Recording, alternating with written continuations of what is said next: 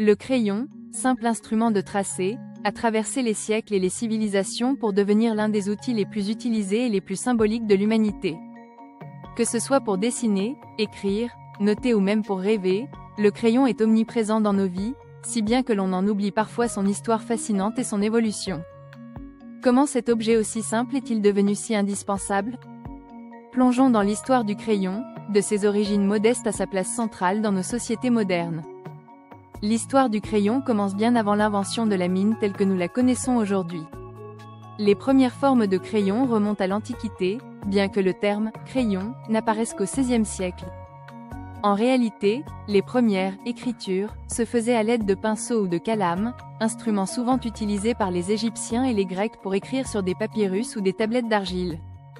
Toutefois, ces méthodes étaient peu pratiques pour une utilisation plus quotidienne. Au début du XVIe siècle, un événement déterminant se produit dans une vallée de l'actuelle Angleterre, près de la ville de Borrowdale. C'est là que l'on découvre un gisement exceptionnel de graphite. Ce minéral, qui avait longtemps été ignoré, va alors révolutionner l'écriture et le dessin. Le graphite, bien qu'ayant été utilisé depuis l'Antiquité, n'était pas encore employé comme matériau pour des instruments d'écriture.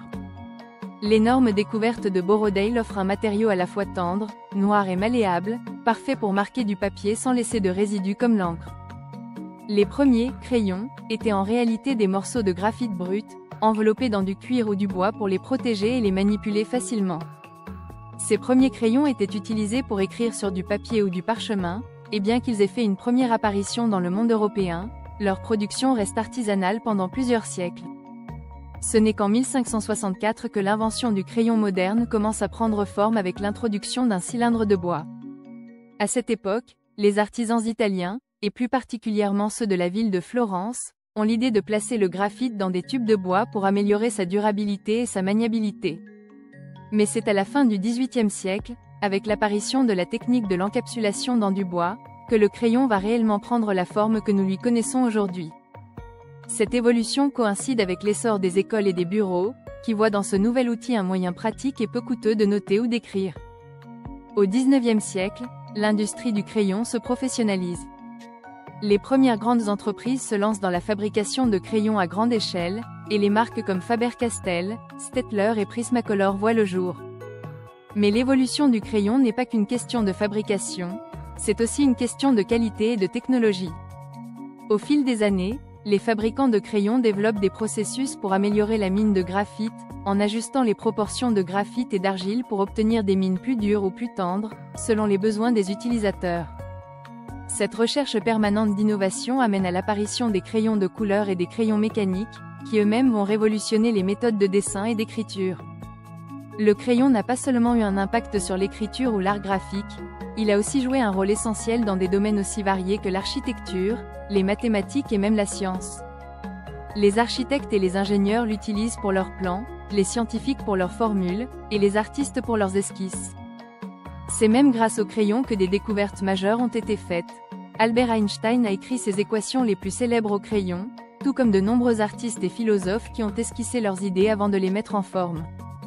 Le crayon a permis de formaliser des pensées, des concepts et des inventions qui ont marqué l'histoire.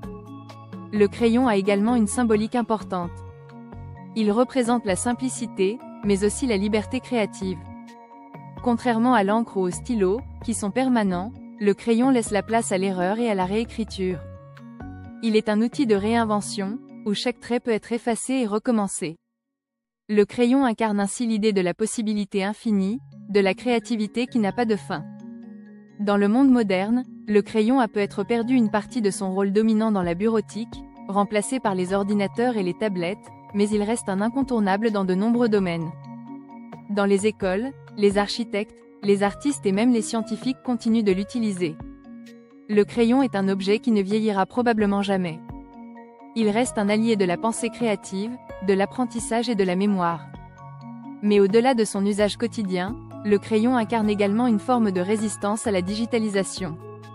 Dans un monde de plus en plus dématérialisé, le crayon rappelle la simplicité de l'acte d'écrire, de dessiner, de noter ses idées à la main. À une époque où tout semble se faire à la vitesse de la lumière, le crayon conserve une forme d'intemporalité. Il est un vecteur de créativité et de réflexion dans sa forme la plus pure et la plus accessible. En fin de compte, le crayon nous rappelle que parfois, les objets les plus simples sont les plus puissants. Alors que nous avançons dans un monde de plus en plus high-tech, il est réconfortant de savoir qu'un simple morceau de bois et de graphite peut encore avoir un tel impact sur la manière dont nous créons et communiquons.